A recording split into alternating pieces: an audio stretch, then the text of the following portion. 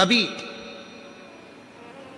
कोई विषम समस्या यदि आपके सामने खड़ी होती है, विषम समस्या जिसका कोई निराकरण हो ही नहीं रहा, सब दूर हाथ जोड़ लिए, सबसे कह लिए, सबको प्रणाम कर लिया, सबसे बोल दिया, सबसे विनय कर ली, तो भी वो समस्या मिटी नहीं रही है, तो हमारा निवेदन है 5 बेलपत्र, 5 दुर्वा, दुर्वा जानते हो, दूब, दुर्वा, 5 दुर्वा, 5 बेलपत्र, 5 कनेर के पुष्प शिव जी को समर्पित कर कर उसी 1 लोटे जल से 5 बार शंकर भगवान को जल चढ़ाना प्रारंभ करिए। लगभग 1 हफ्ते यदि आपने शिव को जल चढ़ाना प्रारंभ कर दिया इसी क्रम से, तो निश्चित है वो समस्या का हल 1 हफ्ते के अंदर बाबा को निकालना ही पड़ेगा और आपका लक्ष्य निश्चित करना ही पड़ेगा। आपका लक्ष्य निश्चित करना पड़ेगा। कितनी बेलपत्र है? 5। कितनी दुर्वा है? 5। कितने कनेर के पुष्प हैं? 5। और जो 1 लोटा जल आप लेकर गए हो उसी को थोड़ा थोड़ा कर कर 5 बार समर्पित कर, 5 बार। नाम स्मरण रखना, तुम रुकेश्वर महादेव का।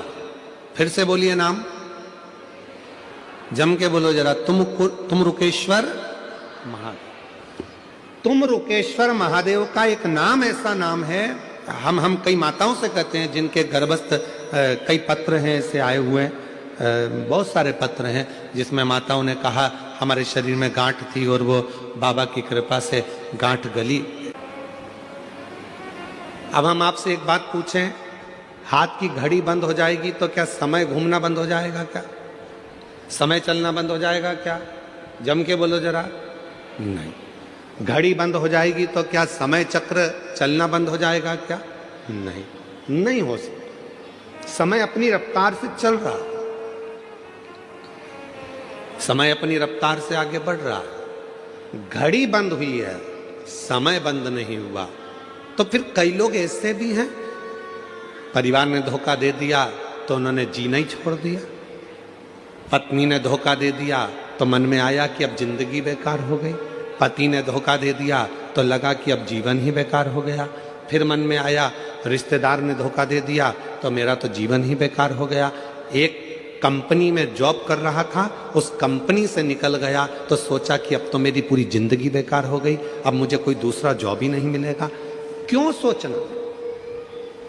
घड़ी बंद हुई है, समय चक्र बंद नहीं हुआ।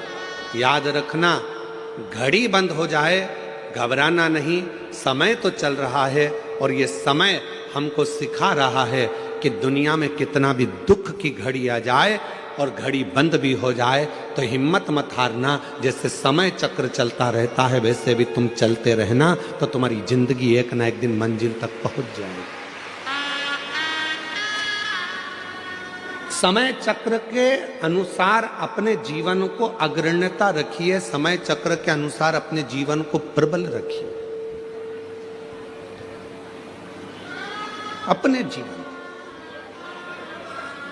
कोई कहता है कि बचपन में भगवान को भजना चाहिए, जवानी में भगवान को भजना चाहिए, अधेड़ी में भगवान को भजना चाहिए, कि बुढ़ापे में भगवान को भजना चाहिए। बोलो रे मुंबई वाली जीजियों और मुंबई के जीजाओं, बचपन में भगवान को भजना चाहिए, जवानी में भगवान को भजना चाहिए, अधेड़ी में भगवान को भजना चाहिए, कि बुढ़ापे में भगवान को भजना चाहिए। शिव महापुराण की कथा कहती है कि तुम्हारी जिंदगी में जब तुम्हें लगने लगे कि शिव मेरा पिता है, उसी समय से भगवान को भजना प्रारंभ कर देना चाहिए। उसी समय इंतजार मत करना कि बचपन में कोई भगवान की भक्ति करी जाती है। जवानी में क्या भगवान का भजन किया जाता है?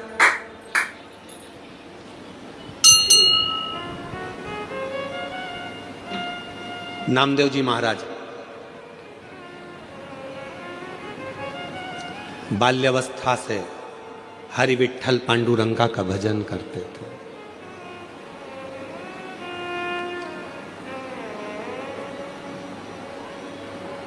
बचपन से विठ्ठल विठ्ठल विठ्ठल विठ्ठल विठ्ठल भजा।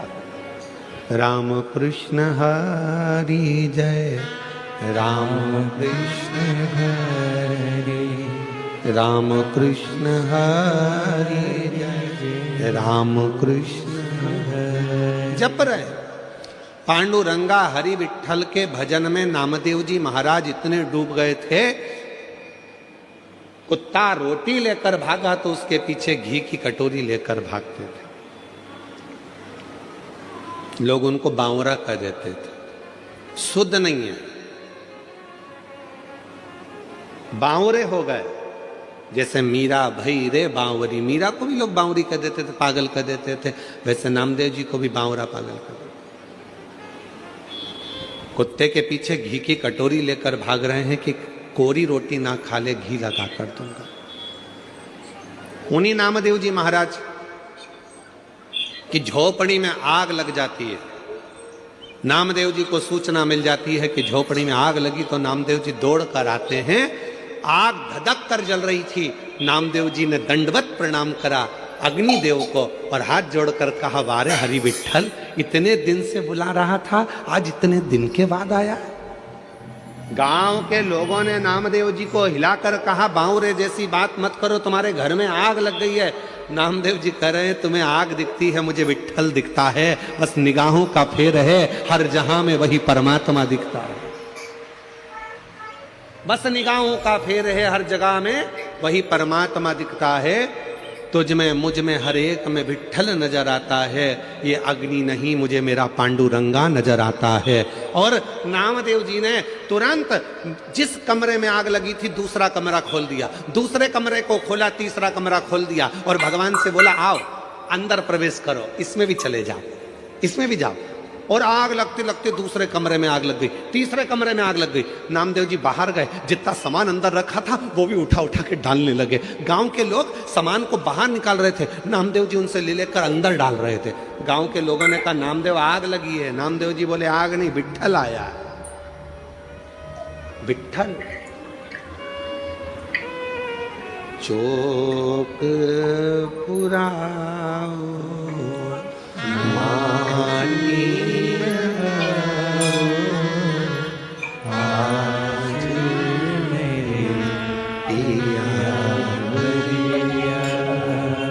आज मेरा विठ्ठल आया है, पांडुरंगा आया है। वो गीत जो आप लोग हमेशा गुनगुनाते रहते हो। आप तो मुंबई जगत के लोग हो और फिल्मों से आपका नाता है, तो आपको स्मरण में आना चाहिए, बहारो फूल बरसाओ मेरा महबूब आया।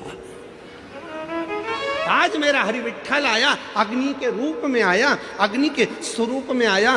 गांव के लोगों ने गादी निकाल ली थी, कम्बल निकाल लिया था, रजाई निकाल ली थी, नामदेव जी ने सब ले जाकर डाल दी। और डालने के बाद गांव के लोगों ने अब देखा पूरा घर धधक कर जल रहा था। अब क्या ओढ़ेगा नामदेव, ठंड पड़ रही है इतनी तेज, क्या करेगा नामदेव। इतने में गांव के लोगों ने कह दिया, अपन ने तो निकाला था कंबल, अपन ने निकाली थी दरी, अपन ने निकाली थी गादी, इसने सब डाल दी, इसलिए अब इसको रात को कोई भी ना तो दरी देगा, ना कंबल देगा, ना गादी देगा, इसको ठंड में कुकड़ने दो, ठंड में कांपने दो। नामदेव जी महाराज एक पेड़ की छांव में सो गए।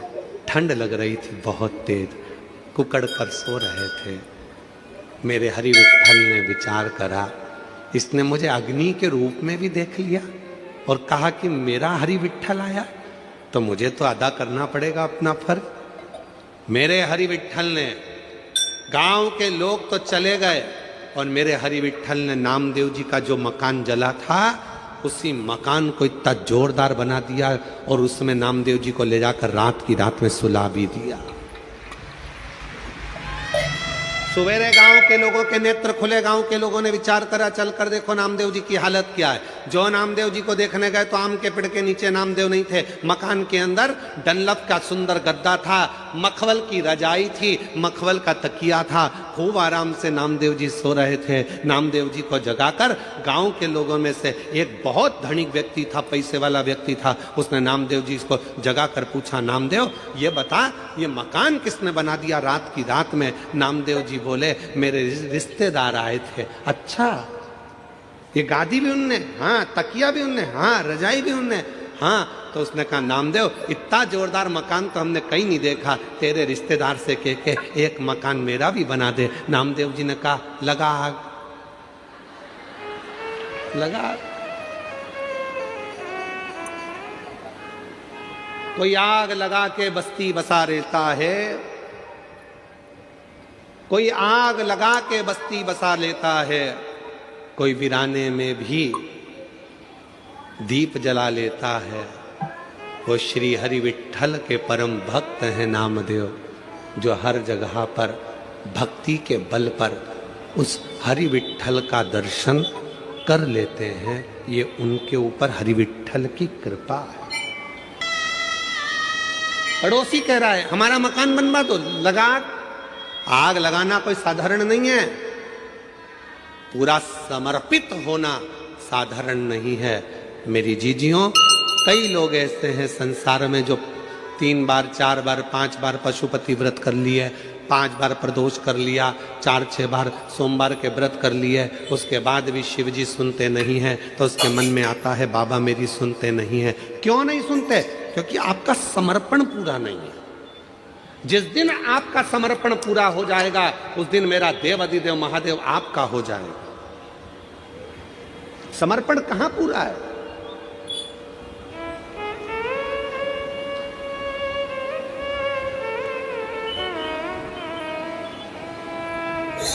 एक पत्र है,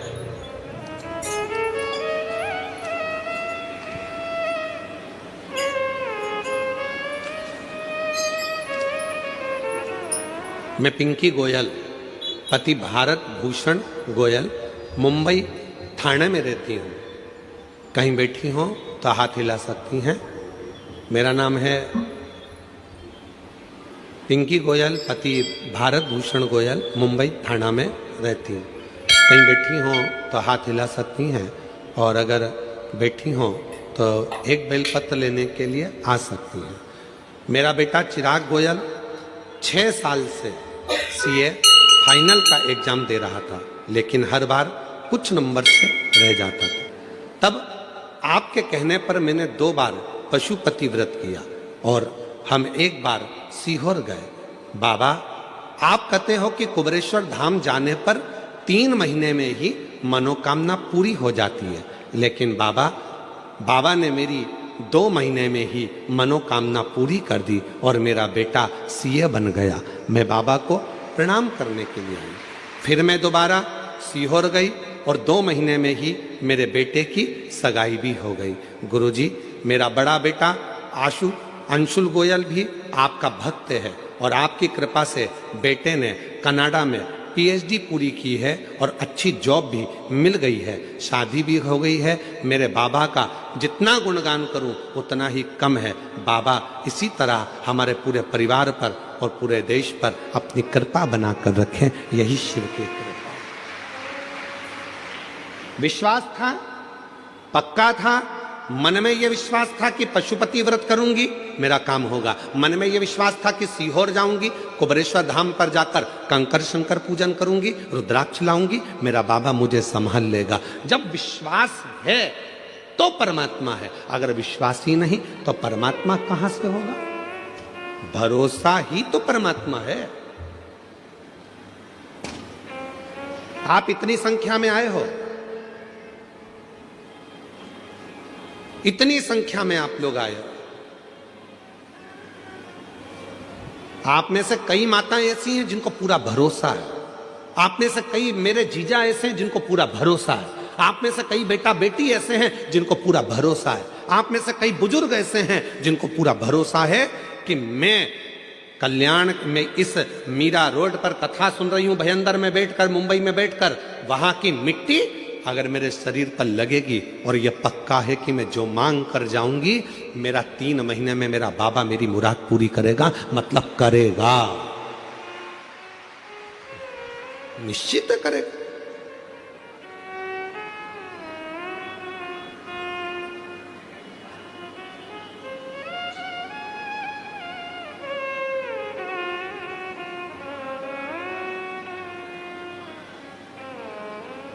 कल एक बहन जी ने एक पत्र लिखा था और उस पत्र को हमें ढूंढना पड़ेगा। उस पत्र में उन्होंने लिखा था कि आपकी कथा सुनते सुनते मुझे शंकर जी से मोहब्बत हो गई। नीचे पत्र में लिखा था, क्या आपको शिव जी से मोहब्बत हुई है?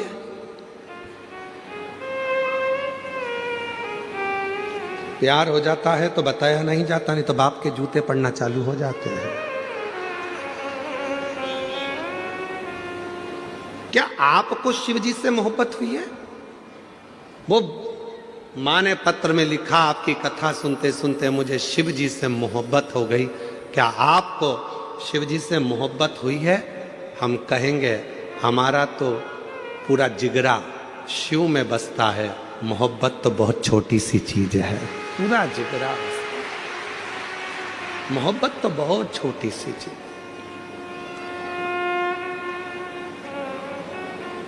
ये दुनिया के लोगों के आगे एक आरती का एक लाइन आती है, तन मन धन सब है तेरा, स्वामी सब कुछ है तेरा, तेरा तुझको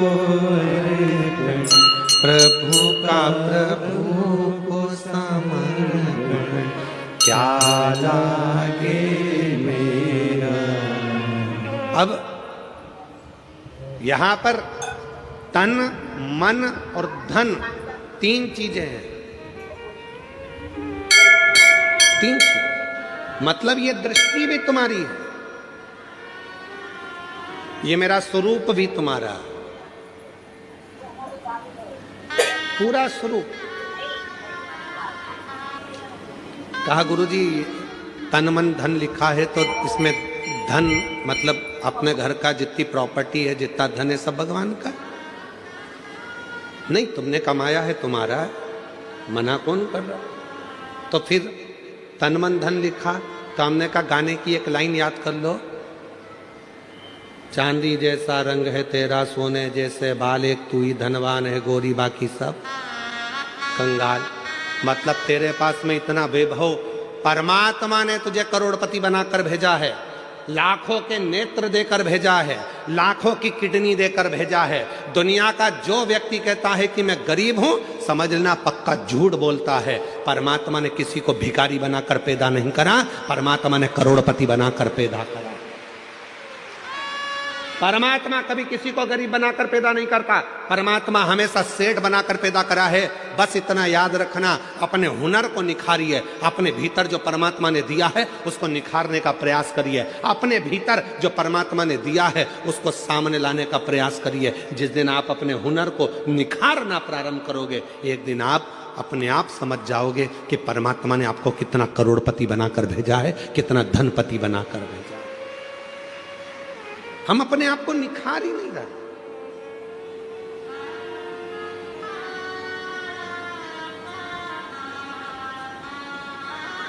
कई माताएं अपने बच्चे से कहती हैं, बनो तो राम बनो, बनो तो श्रवण बनो, और बच्चा चिल्ला कर कहता है मम्मी तुम तो कभी नहीं कहती हो कि बनो तो कृष्ण बनो।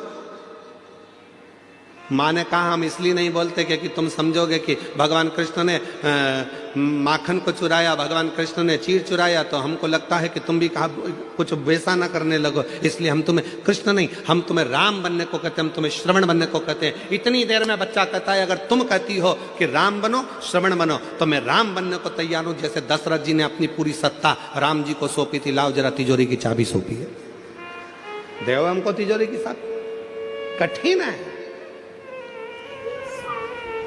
इसलिए अपने बच्चों से कहना कि बनना तो छत्रपति वीर शिवाजी बनो, बनना तो दुर्गावती बनो, बनना तो झांसी की रानी बनो, और बनना तो बाला साहेब ठाकरे जैसे प्रबल शेर बनो जिसकी गर्जना से पूरा देश गूंजता। रामकृष्ण परमहंस बनो, स्वामी विवेकानंद बनो। बनना है तो अपने जीवन में कुछ अच्छा करने के लिए जागरूकता का प्रभाव परमात्मा ने जो तुमको भेजा है उसको निखारने का प्रयास करिए, उसको निखारो। कितना सुंदर एक चरित्र है शिव महापुराण में, जरा देखिएगा। धनु राजा के 2 पुत्र हुए, रंभ और करम। दोनों के घर में औलाद नहीं थी। जल में बैठकर दोनों तप कर रहे थे। इतने में एक मगर आ गया और मगर ने करम्ब को खा लिया। रंभ को लगा मेरा भाई मर गया, अब मैं जल में बैठकर तपस्या नहीं करूंगा, अब मैं जल में बैठकर तप नहीं करूंगा। तो रंभ गया, अब चारों तरफ आग लगाकर, अग्नि लगाकर, बीच में बैठकर तपस्या करने लगा।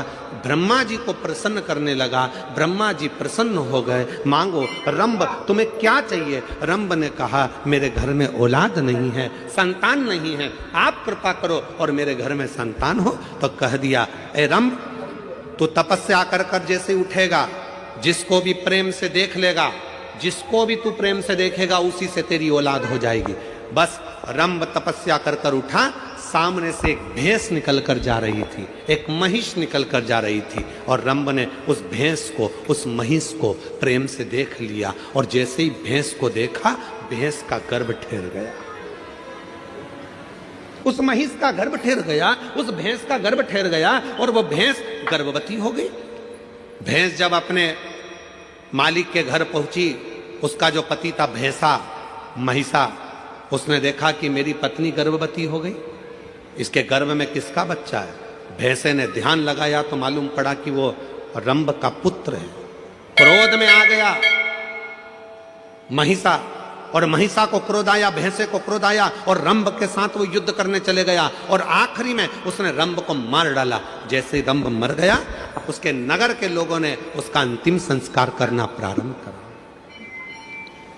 चिता लगाई, अंतिम संस्कार हो रहा है, चिता पर लिटाया, चारों तरफ से आग लग गई। इतने में भैंस को लगा, उस भैंस को जिसके गर्भ में बच्चा था, उस भैंस को लगा कि मेरे गर्भ में इसका बच्चा है जो जल रहा है, जिसकी चिता जल रही है, पर पति तो मेरा यही है। क्यों ना अब मैं अपने भी प्राण त्याग दूं, अपने पति के साथ ही सती हो जाऊं। और वो भैंस दौड़ती दौड़ती अग्नि में कूद पड़ी। जैसे ही अग्नि में कूदी, इतने में उसका एक बच्चा हो गया, जिसका जन्म होते से ही, प्रकट होते से ही उसने मनुष्य का और भैंस का दोनों का रूप धारण करना प्रारंभ कर दिया। उसका नाम महिषासुर हो गया। उसका नाम था महिषासुर।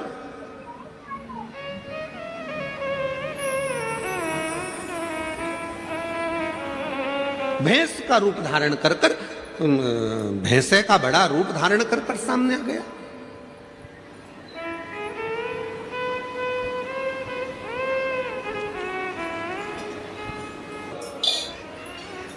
महिषासुर ब्रह्मा जी का तप करा, वर मांगा, मुझे वर दीजिए ब्रह्मा जी। ब्रह्मा जी ने पूछा कौन सा वर चाहिए? तो ब्रह्मा जी से कहा मुझे वर दीजिए कि मुझे कोई पुरुष ना मार सके। और महिषासुर ने मन में सोचा कि किसी स्त्री में ऐसा बल नहीं है जो मुझे मार दे, अगर मरूं तो स्त्री के हाथ से मरूं। अच्छा,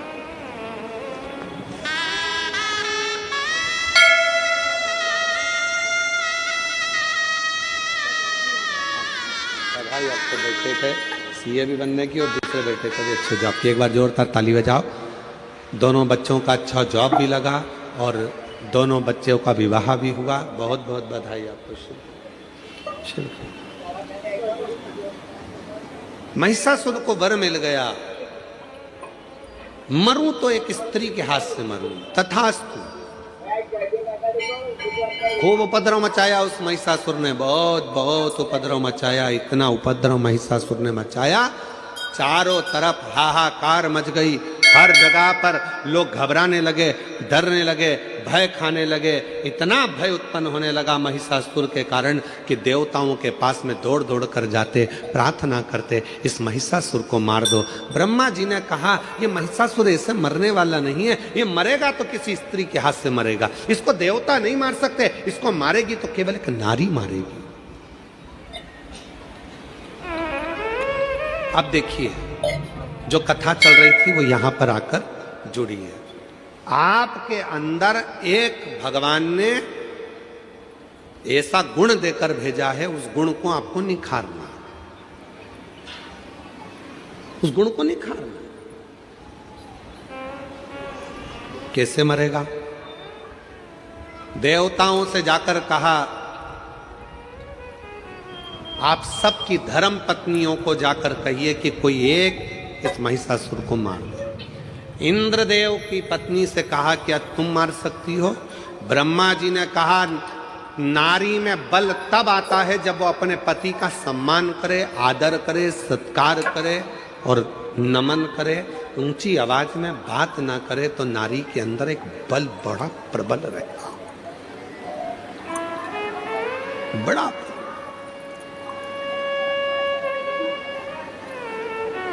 मेरी जीजियों, हम जानते हैं आप सब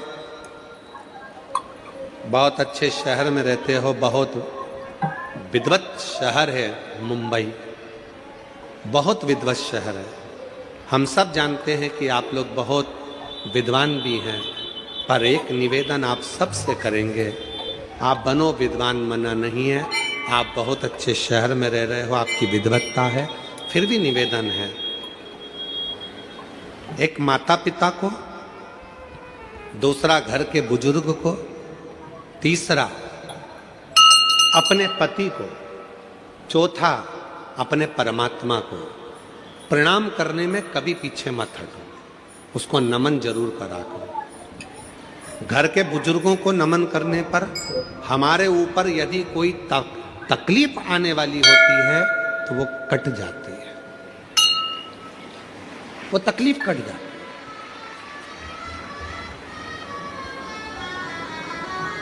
अपने माता पिता को प्रणाम करने में बिल्कुल संकोच मत करो, कोई संकोच नहीं होना चाहिए अपने माँ बाप को प्रणाम करने में। श्री शिवाय नमस्तुभ्यम, हर हर महादेव। पूज्य गुरु जी ने इस वीडियो में बुधवार के विशेष उपाय कथा बताए हैं। वीडियो को अच्छे से देखकर समझकर इन उपायों को आप अवश्य करिएगा। वीडियो अच्छी लगे तो like, share and subscribe, comment में श्री शिवाय नमस्तुभ्यम हर हर महादेव अवश्य लिख देना। जाते जाते चैनल को सब्सक्राइब अवश्य कर देना। जय श्री राम, हर हर महादेव, जय श्री महाकाल।